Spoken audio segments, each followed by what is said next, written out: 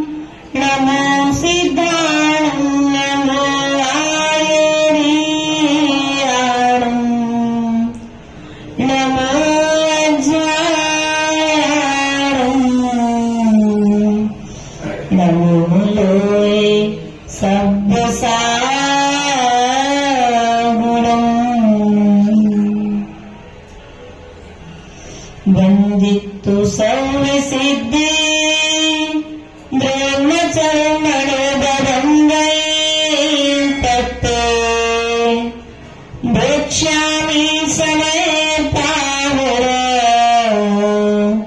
निर्मोस्य केवले भरदम्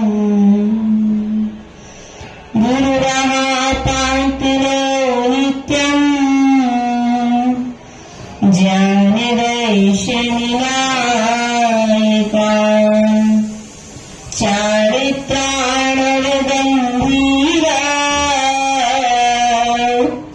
मोक्षमार्गप्रवेशिका।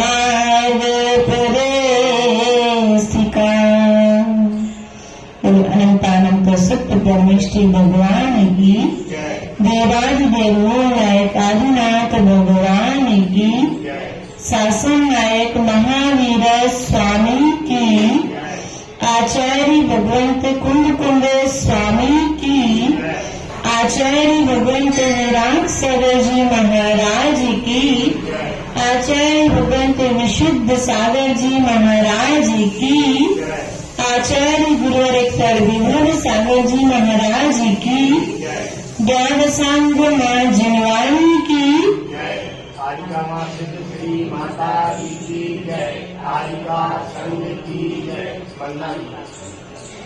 प्रिय बंधुओं, चलते हैं द्वादशांग माँ जिनवाणी के श्री चरणों में नतमस्तक होते हुए पूर्व की कारिका के माध्यम से आचार्य भगवंत कुंद स्वामी ने प्रत्याख्यान की बात कही थी और आज 35 नंबर कारिका के माध्यम से आचार्य भगवंत कहते हैं कि जो पर द्रव्यों को पर मानता है वही जीव पर भावों को छोड़ करके परमात्मा बनने की तैयारी करता है।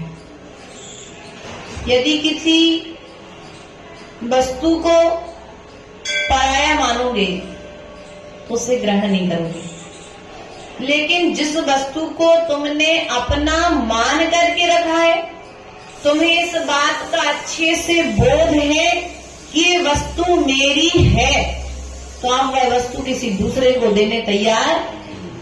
वह छोटा सा बच्चा जो शाम को रोज आता है, लेकिन जैसे ही उसे एक पेन हमारे द्वारा दिया गया या कोई भी सामग्री उसे दी गई, अब लेते समय उस बच्ची को यह बोध हो गया है कि अब ये पेन, ये कॉपी, ये डायरी ये मुझे मिल चुकी है, ये मेरी हो चुकी है, तो अब मैं किसी दूसरे को देने तैयार। लेकिन ये बात उसको ज्ञात है कि अभी ये मुझे खिलौना, ये पेन मुझे खेलने के लिए दिया गया है, ये मेरा नहीं है, तो जाते समय उसे छोड़ करके जाने में समय है। बस पर द्रव्य का यदि बोध हो जाए तो पर पदार्थों को छोड़ने में समय नहीं लगेगा। पर पदार्थों में जो हमने अपनत्व की बुद्धि बना करके रखी है, ममत्व की बुद्धि बना करके रखी है, वह ममत्व बुद्धि हमें संसार में डाले हुए है। जो मेरा है सो वो तो मेरा है ही, पर द्रव्य सो वहां तक तो भी पहुंचे ही नहीं है, क्योंकि पर द्रव्यों से इतना राग लगा करके रखा है कि अभी स्वा की ओर तो हम देख ही नहीं पा रहे हैं, स्वा की ओर देख नहीं पा रहे। क्यों? क्योंकि हमें अभी पर के परिणामों से, पर की वस्तुओं से, पर के भावों से, आदि आदि पर द्रव्यों से हमें मोह है। क्या है? और ऐसा व्यक्ति परम पद को प्राप्त नहीं कर सकता है जब तक उसकी बुद्धि पर में लगी हुई है। जिसकी बुद्धि पर को छोड़ करके परमात्मा के ध्यान में लगती है, परमात्मा अर्थात जो मंदिर में बैठे वे परमात्मा भी पर द्रव्य है। क्या है? भगवान भी पर द्रव्य है। परमात्मा अर्थात मेरे स्वयं के भीतर की यात्रा का प्रारंभ हो जाना, परमात्मा पद की यात्रा का प्रारंभ होना है। इसलिए प्रिय बंधु, पर द्रव्यों से अपनी बुद्धि को हटाने का प्रयास और पुरुषार्थ करो। क्या करना है? एक बहुत अच्छा सूत्र दिया है तुल्य स्वामी ने, देखो, जानो और जाने दो। क्या कहा? देखो, जानो और जाने दो। यदि तुम्हें अपने भीतर में रहना है तो पर द्रव्य दिख रही है, देख लो, लेकिन जाने दो। जानो और जान लो, लेकिन जाने दो, उसे अपने चित्त में लेकर के मत आओ। क्योंकि यदि चित्त में लेकर के आओगी पर द्रव्य के लिए तो तुम परम पद की परमात्मा बनने की तैयारी नहीं कर पाओगे। हमने वस्तु को देखा, जाने नहीं दिया, आने दिया। जाने दो नहीं, आने दो। क्या किया? आने दो किया है। इसलिए हम संसार में आज तक दुख को भोग रहे हैं और दुख के फलों को भोग रहे हैं। दुख के कारणों को हमने एकत्रित करके रखा है। आचार्य भगवंत कहते हैं कि आप पवित्र वस्तु का त्याग करने में आपको समय नहीं लगता है। क्यों भैया? आपसे कोई कहते भैया वो आप बिजली का जो तार पकड़े थे ना, उसमें अर्थिंग आ रही है, अब कितनी देर पकड़े रहोगे राजकुमार जी? पापड़ की मशीन लगाते हो ना, और कोई कहते कि भैया थोड़ी सी अर्थिंग आ रही थी, कोई तार खुल गया भीतर में, तो तत्काल अरे मशीन चालू नहीं करना जब तक सुधार नहीं होता। यही करते ना? क्यों अरविंद भैया? खूब पंखा लगाए, बिजली का काम किया है खूब। कैसे किया? सावधानी पूर्वक। और सावधानी यदि उस समय नहीं बरतते तो दुर्घटना घट जाती। उस समय तुमने जाना कि इसमें अर्थिंग आ रही है, कोई अर्थिंग यदि तेज पावर से आ रही तो मेरा जीवन नाश। तुमने करंट का तार तत्काल, बिजली का तार तत्काल। लेकिन ये जो पर द्रव्य है जिनमें हमने बुद्धि लगा करके रखी है, ममत्व बुद्धि लगा करके रखी है, ये ममत्व बुद्धि हमारे लिए क्या कर रही है? बोलो तो राग दिख नहीं रहा है, लेकिन अर्थिंग भीतर तक पहुंच रही है। दिखाए राग? बाहुबली आ गया, देखो दिखे राग? अर्थिंग तुम यहाँ बैठे हो, कोई कनेक्शन नहीं है, लेकिन ये जो कनेक्शन है राग का कनेक्शन है। ये राग का कनेक्शन है। ये तुम्हारा जो भीतर का राग है। अरे बाहुबली कहाँ गया? बाहुबली तो बाहर गया था, तत्काल में भीतर विचार हो सकता आ गया हो। ऐसी राग बुद्धि हमने जो पल में लगा करके रखी है, सो परम पद की तैयारी नहीं कर पा रहे। देखा है, देख करके जाने नहीं दिया, हमने उन्हें आने दिया, भीतर मन में और दिन पे दिन राग बढ़ाते गए। बल्कि राग घटाना था, हमें राग घटाना था, सो हमने उल्टा किया, राग को बढ़ाते गए। आचार्य भगवंत कहते हैं मदिरा का नशा जब चढ़ता है तो व्यक्ति माँ को बहन और बहन को माँ मानने लगता है ना। लेकिन जब मोह का नशा चढ़ता है तो व्यक्ति को सब अपने दिखाई देते हैं, अर्थात मोह के नशा में अपनत्व का अर्थात अपने मोक्ष के मार्ग का ज्ञान नहीं हो पाता व्यक्ति को। इसलिए पुरुषार्थ ऐसा करो कि तुम्हारा संसार ना बढ़े, पुरुषार्थ ऐसा करो कि तुम्हारा संसार घट जाए। आचार्य भगवंत ने कहा था कल, त्याग 3 प्रकार से होता है। एक तो अपवित्रता का ज्ञान, दूसरा प्रतिकूलता का ज्ञान, अनुकूल है कि प्रतिकूल है, दुख रूप है कि सुख रूप है, पवित्र है कि अपवित्र है। मैं यह जो विचार कर रहा हूँ, यदि यह विचार अपवित्र विचार है तो क्या करो? नहीं, कैसे छोड़ दो? उनने हमारे पापा से ऐसी कही थी ना, हमें भी बदला तो ये ममत्व बुद्धि जो है ना, ये तुमसे कर्म का बंध करा रही, ये तुमसे पाप करा रही है। पापा का कर्म स्वतंत्र है, मम्मी का कर्म स्वतंत्र है, पुत्र का कर्म स्वतंत्र है। जब हम स्वतंत्र हैं, स्वयं के कर्म के फल के भोक्ता हैं, स्वयं ही अच्छे बुरे कर्म का फल भोगने वाले हैं, करने वाले हैं, तो फिर जब कर्म करते उस समय विचार क्यों नहीं करते? कर्म करते समय तो मीठा खाते समय तो अच्छा लगता है, तो जिनको डायबिटीज की बीमारी है, डॉक्टर मना करता है कि शक्कर कम खाना है, उस समय तो शक्कर जब ध्यान नहीं रखता, लेकिन बाद में फिर जब चक्कर आते हैं, बेहोश होता है, आदि जब कंडीशन बिगड़ती है तो क्या कहता, भैया वो मिठाई तो खा ली थी कल। उस समय विवेक रखते सुख तो मैं डायबिटीज का पेशेंट नहीं होना पड़ता। उस समय विवेक नहीं रखा। अभी तुम विवेक नहीं रख रहे हो, अभी तुम विवेक पूर्वक मोह का त्याग कर सकते हो, अभी तुम विवेक पूर्वक राग के संबंधों का त्याग कर सकते हो, अभी आप विवेक पूर्वक द्वेष के संबंधों का त्याग कर सकते हो, लेकिन विवेक पूर्वक त्याग नहीं कर रहे हो तो तुम दुख के कारणों को भोग रहे हो, दुख के कारणों को स्वयं उपजा रहे हो। इसलिए प्रिय बंधुओं, प्रयास और पुरुषार्थ ये होना चाहिए, हमारी स्थिति तो उस धोबी की तरह होना चाहिए। एक धोबी था और एक ब्राह्मण था, राजा के यहाँ गए तो दोनों को पुरस्कार मिला, और राजा के यहाँ से मिला है तो रत्न जड़ित कंबल दोनों को मिले, दोनों को एक से कंबल मिले। अब दोनों ने अपना अपना साइन उस कंबल पर बना लिया, ये चिन्ह हमारा है, ये हमारी पहचान हो गई, तुम्हारी पहचान हो गई। लेकिन हुआ नशा कि एक दिन उस धोबी ने अपना कंबल दूसरे धोबी को दिया, और ब्राह्मण ने भी अपना कंबल धोबी को धोने के लिए दिया। दोनों के कंबल एक धोबी के यहाँ धोने के लिए गए, लेकिन धोबी ने नाम ना देख करके कंबल एक से है, तो ब्राह्मण जब लेने आया तो ब्राह्मण को कंबल दे दिया, और जब वो दूसरा धोबी लेने आया तो उस दूसरे धोबी के लिए कंबल दे दिया।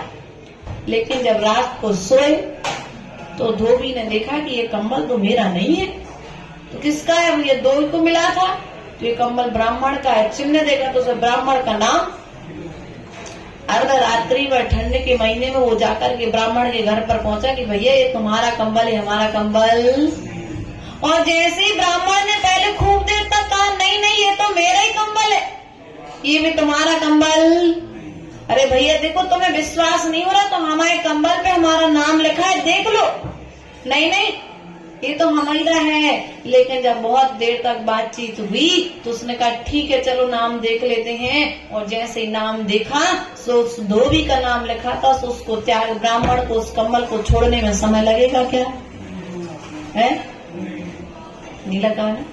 उसी प्रकार से पर द्रव्य को जिस प्रकार से उस ब्राह्मण ने उस धोबी का कंबल जान करके उसे तत्काल त्याग कर दिया, उसी प्रकार से हमारे भीतर में ऐसा ही ममत्व त्याग की भावना होना चाहिए। ये पर द्रव्य है, ये पर द्रव्य मेरे साथ में जाने वाले नहीं है, तो तत्काल इनका त्याग।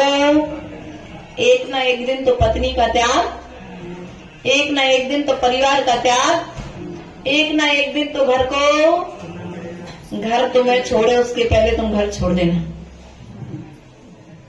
पत्नी तुम्हें छोड़ के जाए उसके पहले तुम पत्नी को, तुम्हारा पुत्र तुम्हें छोड़ करके जाए तुम पुत्र के प्रति ममत्व बुद्धि का त्याग कर देना। तो अंत में जब पुत्र छोड़ के जाएगा तो दुख नहीं होगा, क्योंकि संसार की रीति है कि एक न एक दिन सबको एक दूसरे को छोड़ करके, छोड़ने के पहले यदि तुम छोड़ दोगे, प्राण छोड़ने के पहले यदि तुम सामने वाले के प्रति ममत्व बुद्धि को छोड़ दोगे तो नए कर्म का बंध नहीं करोगे और ममत्व बुद्धि का त्याग नहीं करोगे, तो जाने के बाद में भी कर्म का बंध। अरे कितनी अच्छी थी बेचारी, तो स्वर्ग में चली गई। कर्म जैसे करे तो नरक में गई, अगर अच्छे कर्म करे तो स्वर्ग में गई। अब तुम्हें तो याद करके क्या कर रहे, बेचारी तो नरक में अपनी वेदना भोग रही मायाचारी के फल से, त्रियंच गति के फल भोग रही है बेचारी, और तुम तो उनके हाथ की बनाई सब्जी याद कर रहे। वो तो जा चुकी है, लेकिन तुम्हारी ममत्व बुद्धि अभी भी, ये ममत्व बुद्धि तुम्हारे लिए अभी भी उसके आभाव में रहने। पत्नी चली गई, पति चला गया या पुत्र चला गया, लेकिन तुम्हारा ममत्व कितना घटा है? यदि ममत्व नहीं घटा तो व्यक्ति के जाने के बाद में तुम्हें दुख का कारण बनेगा। दुख का कारण अर्थात तुम्हें संसार का कारण बनेगा कौन? तुम्हारा मोह है। इसलिए आचार्य भगवंत कहते हैं कि छोड़ने के पहले, व्यक्ति व वस्तु को छोड़ने के पहले उसके प्रति ममत्व बुद्धि का त्याग कर दो। किसका त्याग करना है? ममत्व बुद्धि का। क्योंकि ममत्व बुद्धि का जब तक त्याग नहीं करोगे तब तक तुम्हारा संसार छूटेगा। माता जी संसार में रहते सो दुख होता है, तो संसार में रह के सिद्धालय भी होता है, संसार में लेकर के सुख भी होता है, संसार में रहकर के यदि परिग्रह होता है तो संसार में रहकर के परिग्रह का त्याग भी होता है, संसार में रहते हो पाप होता है तो संसार में रहकर के पुण्य भी होता है। यदि नहीं होता तो फिर सैनिक नरक गया और आएगा सो तीर्थंकर बनेगा। कृष्ण अभी कुगति में है, तो वहां से निकल कर आएंगे तो तीर्थंकर भगवान बनेंगे। वसु नंदी श्राप का चार में आया है वैयावृत्ति के क्षेत्र में। प्रिय बंधु, कुल मिलाकर के हमारा कहना ऐसा है कि पर की वस्तु को देख करके तुम्हें त्यागने में समय नहीं लगता है, तो जितने जितने वस्तुएं तुम्हें दिखाई दे रही हैं वे सब पर ही है। क्या? जितनी वस्तु तुम्हें दिखाई दे रही हैं वे सब वस्तुएं पर हैं, तुम्हारे स्वभाव से भिन्न है, वे तुम्हारे स्वभाव से अलग है, जुदी जुदी है। जिस प्रकार से चाशनी में मिली हुई रसगुल्ला में मिली हुई चाशनी एक दिखाई देती है, लेकिन होती श्रद्धा में तो बैठे है ना कि चाशनी अलग, रसगुल्ला रस से युक्त रसगुल्ला है, लेकिन दोनों भिन्न भिन्न पदार्थ हैं। जो रसगुल्ला है वो मावा से बना हुआ है और उसमें जो रस भरा हुआ है वह शक्कर आई है। दोनों जलेबी और जलेबी का रस।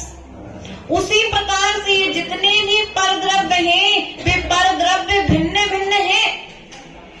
जब रसगुल्ला में रस भर जाए तो दिखता है क्या है?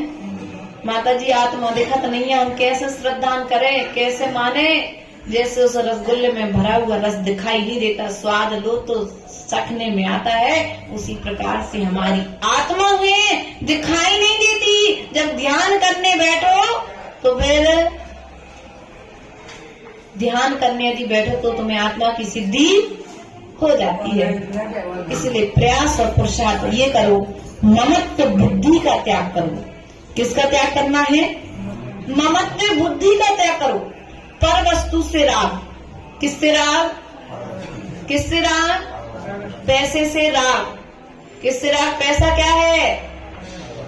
स्वा है कि पर है? निर्णय करो। जो कपड़े तुम पहन रहे स्वा है कि पर है? ये घड़ी पहने हो स्वा है कि पर है? चैन पहने स्वा है कि पर है? जब पर द्रव्य है तो फिर इनसे राग कितना है? थानला की बात है। प्रदीप जी झांसी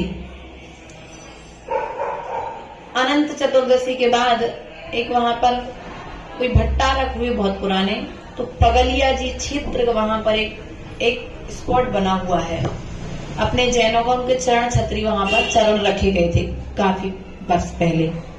तो ये लोग अनंत चतुर्दशी के दिन या अनंत चतुर्दशी के बाद वहां जाते हैं। हम भी गए उन लोगों के साथ। तो प्रदीप जी झांसी भी गए और हम लोग उस धूप में वहां पर बैठे, काफी पूरा दिन निकाला सबने वहां पर। अपने अपने अनुकूलता के बच्चों ने सब खेल वगैरह करे। हम लोग अपने बैठे पाठ वाठ किए, चरण पे पाद प्रक्षालन किया, पूजन वगैरह की।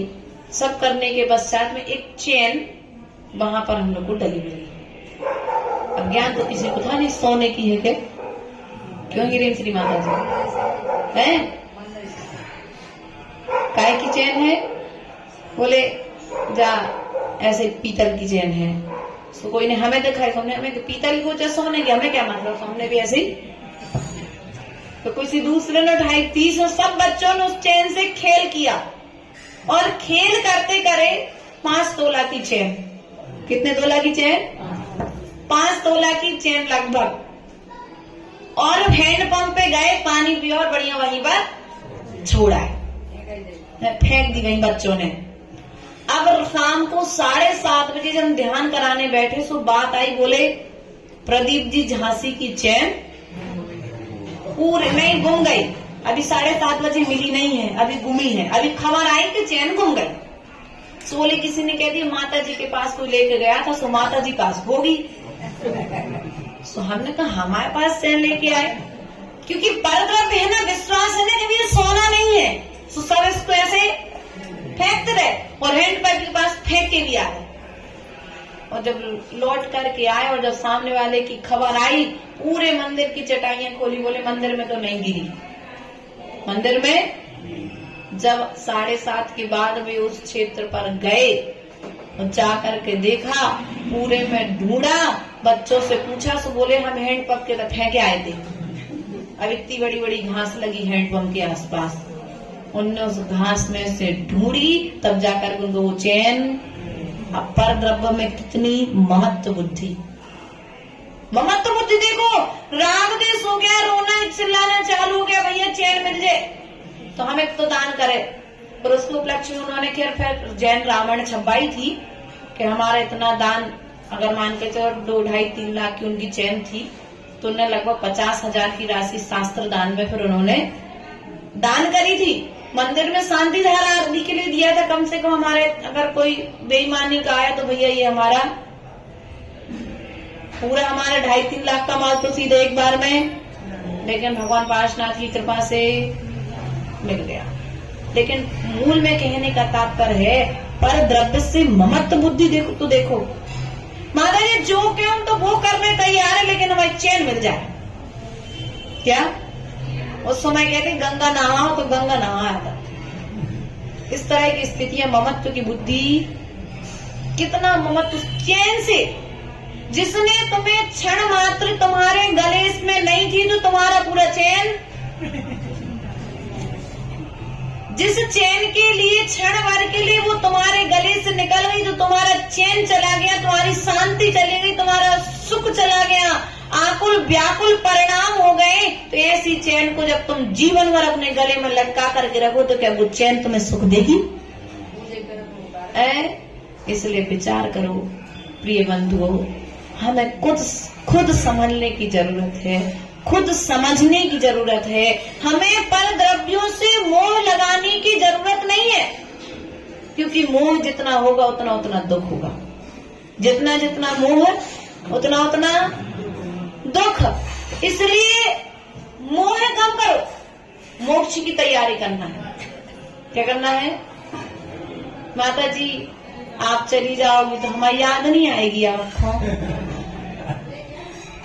भैया के घर वाले को कुछ बुराई लगाते, उनसे मोह तोड़ के हम मोक्ष मार्ग पे आए, और हम तुम श्रावकों से यदि मोह लगा देंगे तो फिर हमारा मोक्ष मार्ग पे आना निरर्थक हो जाएगा।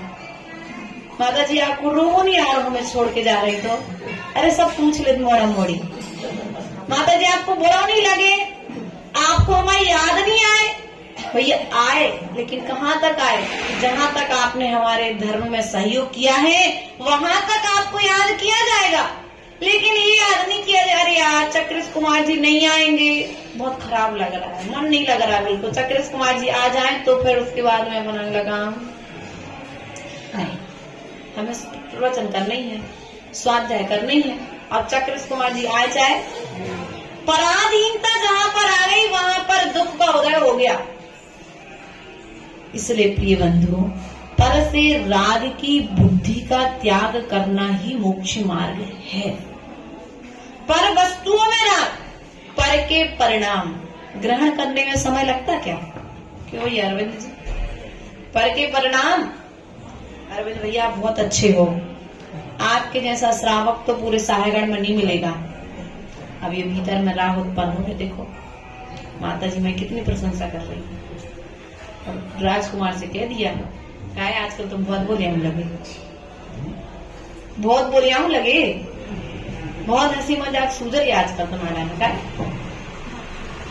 अरे मजाक कर रहे हम, उदाहरण से समझना है ना। माता जी कह रही उनसे मजाक नहीं, उनसे नहीं कहो, नहीं तो बुराई मान जाए।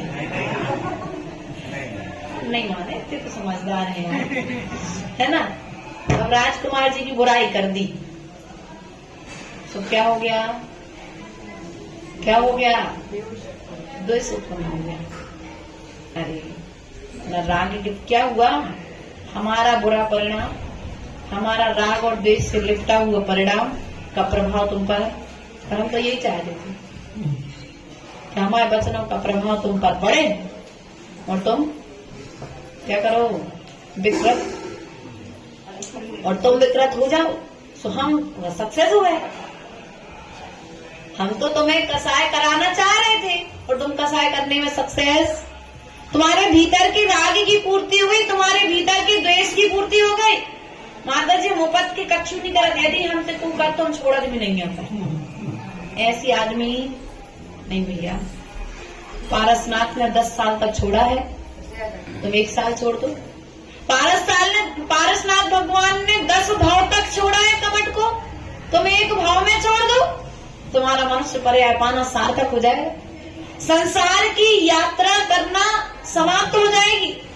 लेकिन पर परिणामों का प्रभाव हमारे ऊपर इतना अधिक पड़ा हुआ है कि हमें स्वयं के परिणाम दिखाई नहीं दे रहे हैं। पर द्रव्यों का प्रभाव हमारे भावों पर इतना पड़ा हुआ है कि हम पर द्रव्य से प्रभावित हो रहे हैं, लेकिन स्वयं के स्वभाव से, स्वयं के परिणामों से स्वयं प्रभावित नहीं हो रहे हैं। इसलिए बाहर में प्रभावना कम हो रही है। प्रवचन करना है, लोग कितने रुझान से सुनते हैं? नहीं, लोगों को सुनाने के लिए प्रवचन नहीं किया जाता है, लोगों को रिझाने के लिए प्रवचन नहीं किया जाता है, स्वयं के परिणामों को सुधारने के लिए प्रवचन किया जाता है, स्वयं के पुण्य को बढ़ाने के लिए प्रवचन किया जाता है। अरे यार कितने लोगों को अच्छा लग रहा है हमारा प्रवचन। अरे तुम और मुझे अच्छी नहीं लगा तो मैं बोल रहे नहीं, ऐसा नहीं, मुझे स्वयं अच्छा लग रहा है कि नहीं लग रहा है। यदि तुम्हारा प्रवचन तुमको स्वयं अच्छा लग रहा है, तुम्हारी आत्मा स्वयं के परिणामों से प्रभावित हो रही है, तो तुम्हारा प्रवचन करना सार्थक है। और तुम स्वयं तुम अपने प्रवचन से अप्रभावित हो रहे हो, तुम्हारे भीतर का राग द्वेष कम नहीं हो रहा है। यदि बढ़ रहा है तो तुम्हारा प्रवचन करना, स्वाध्याय करना, सामयिक करना सब कुछ निरर्थक क्यों भैया? कभी तुम्हारा मन तुमसे खुद कहता है कि यार आज अच्छा काम किया हमने, आज हमने अच्छा काम कर लिया। क्यों? आज सामयिक करी, आज भगवान का अभिषेक कर लिया, हमारा तो जीवन धन्य हो गया। ऐसा लगा जीवन में सब कुछ कर लिया, भगवान का अभिषेक कर लिया। ऐसे ऐसे श्रावकों से परिचय हुआ जब बैतूल जिला में रहे, जिनने 40-40 साल की उम्र तक भगवान का चरण स्पर्श नहीं किया। अरे बुंदेलखंड में भी कसाई जी में है ऐसे हैं। अरे जितने थे उतने कम नहीं है। अरे हम भी तय किया है, देह का जन्म तो यही हुआ है, बुरी परिणामों को जन्म अब जनवाणियों से हो रहा है, अच्छी परिणाम। इसमें हमारा आपसे कहना है कि कसाय जब भीतर में उत्पन्न होती है तो शुभ परिणाम आकर के ठहरते नहीं है। अपनी पर्याय को धन्य मानते उस समय अच्छे विचार आते हैं, आज मेरा जीवन धन्य हो गया, मैंने भगवान को स्पर्श कर लिया। आज मेरी मनुष्य पर्याय पाना सार्थक हो गई कि मैंने साधु को आहार दान दे लिया। आज मेरे कान पाना धन्य हो गए कि मैंने जिनवाणी सुन ली। अब ये तुम्हारे परिणाम, शुभ परिणाम तुम्हें स्वयं से प्रभावित, लेकिन तुम आज स्थिति क्या है? अरे यार हम प्रवचन सभा में जाएंगे तो लोग हमारी तारीफ करेंगे। क्या करेंगे? देखो कितना धर्मात्मा व्यक्ति है, प्रवचन सभा में भी जाता है, आहार देने भी आता है और रोज पूजा भी करता है, साधुओं की वैयावृत्ति भी करता है, स्वतंत्र स्वाध्याय भी करता है और सामयिक भी करता है। अब ये जब सब काम तुम पर को दिखाने के लिए कर रहे हैं ना, तो साहित्य जब पूर्ति नहीं होगी तो भीतर में क्लेश होगा। क्या होगा? भीतर में जब इस राग द्वेष की पूर्ति नहीं होगी तो भीतर में क्लेश, और जब कसाय उत्पन्न होकर के आएगी तो नए कर्म का बंध कराएगी। और आज तुम दूसरे को दिखाने के लिए धर्म कर रहे थे, आगे जाकर के धर्म नहीं कर पाओगे। क्या कहा? आगे पर तुम धर्म नहीं कर पाओगे। इसलिए प्रिय बंधु, धर्म बाहर में लोगों को दिखाने के लिए नहीं किया जाता है, धर्म भीतर में बैठ करके भीतर की यात्रा प्रारंभ करने के लिए किया जाता है। दिखाओ मत हम सामयिक कैसे करते हैं, लोगों को बताओ मत हम सामयिक कैसे करते हैं, लोगों को सुनाओ मत तुम सामयिक कैसे करते हो। शांति सागर जी ने, आचार्य भगवंत विराट सागर महाराज ने, बड़े बड़े आचार्य विद्यासागर महाराज ने ऐसी गर्दन करके जो बैठ गए, अपने स्वाध्याय करने जो बैठ गए, सुनने दूसरे को फिर बताने की सिखाने की कोशिश। और आज हम सामयिक को यदि अच्छे तरीके से नहीं कर रहे हैं, आचार्य गुरुदेव कहा करते थे कि बेटा कमरे में यदि तुम अपने प्रति ईमानदार रहोगे तो बाहर में दुनिया तुम्हारे प्रति ईमानदार है। इसमें ही पुण्य चाहिए, कोई बात नहीं। आज तुम ईमानदारी से काम करो, जब हाईवे पर चलोगे तो मनुष्य साथ में चले या नहीं चले, देवता तुम्हारे साथ में चलेंगे। और कई बार चलते हुए हो गया, देखा कई बार ऐसे मौके पड़े, लेकिन उस समय तो ऐसा लगा कि वास्तविकता में कोई देव नहीं आकर के जीवन बचा लिया। कई बार ऐसी विपरीत परिस्थितियां बनती हैं कि साधक का जीवन जहां मनुष्य नहीं होते हैं वहां पर देव आकर के रक्षा, मनुष्य का रूप लेकर के आकर के रक्षा करके चले जाते हैं। ऐसी परिस्थितियां कई बार बनी, देखी है, स्वयं अनुभूत की है, संघ में भी रहे और पृथक रूप से भी विहार कर रहे इतने सालों से। तो हमारा भी आपसे कहने का तात्पर्य है, भीतर की साधना प्रारंभ करो, क्योंकि भीतर की साधना तुम्हें पर द्रव्यों से हटाएगी। ये शिष्य भी पर है, ये संघ भी पर है। यदि इनसे राग लगाए रहेंगे ना तो अपना कल्याण नहीं कर पाएंगे। अब ऐसा लगता है भैया अब अपनी साधना प्रारंभ करनी है, अपनी उम्र का अपने एक भाग निकाल दिया है।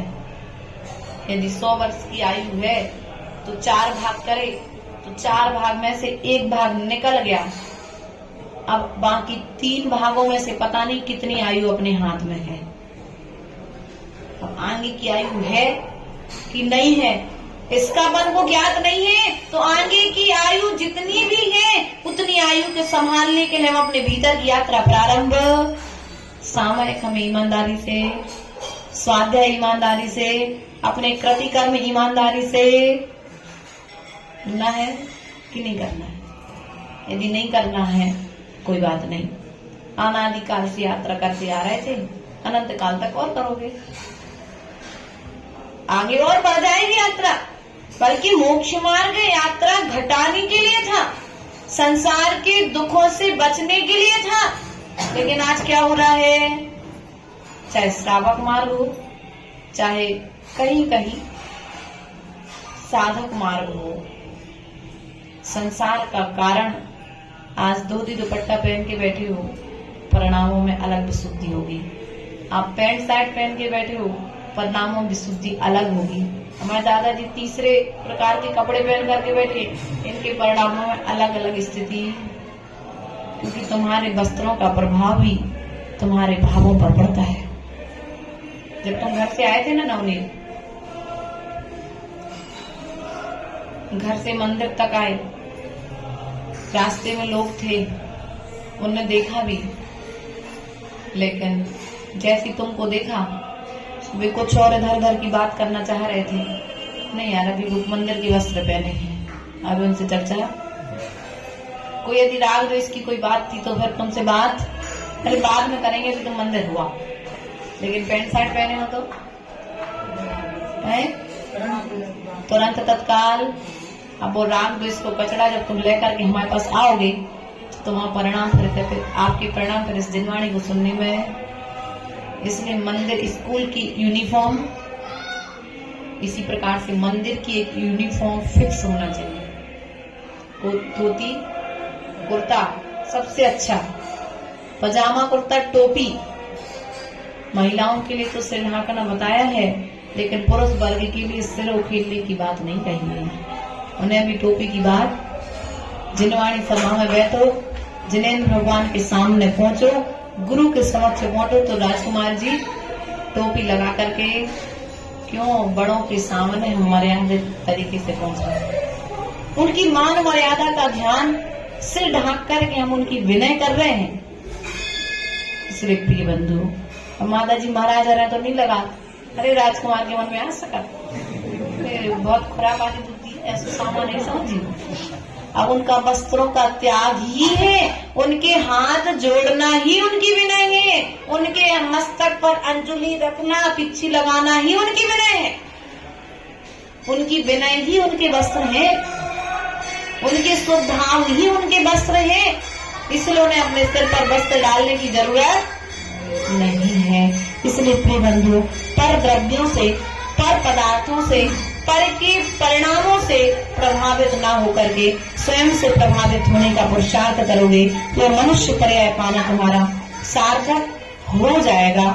इस प्रकार से आचार्य भगवंत ने, कुंड स्वामी ने 35 और 36 नंबर कारिका के माध्यम से हम सभी के लिए पर पदार्थ, पर द्रव्यों में मोह हटा करके ही हम मोक्ष मार्ग की यात्रा को प्रारंभ कर सकते हैं, ऐसा हम सभी को बतलाया। बोले परम पूज्य आचार्य गुरुवर स्वामी विभव सागर जी महाराज की, द्वादशांग जिनवाणी माता की, जिनवाणी की ज्ञान ते सूझे लो करो, सुवाणी मस्तक नमो सदा देत दो, हे जिनवाणी ज्ञान दर्शन नायिका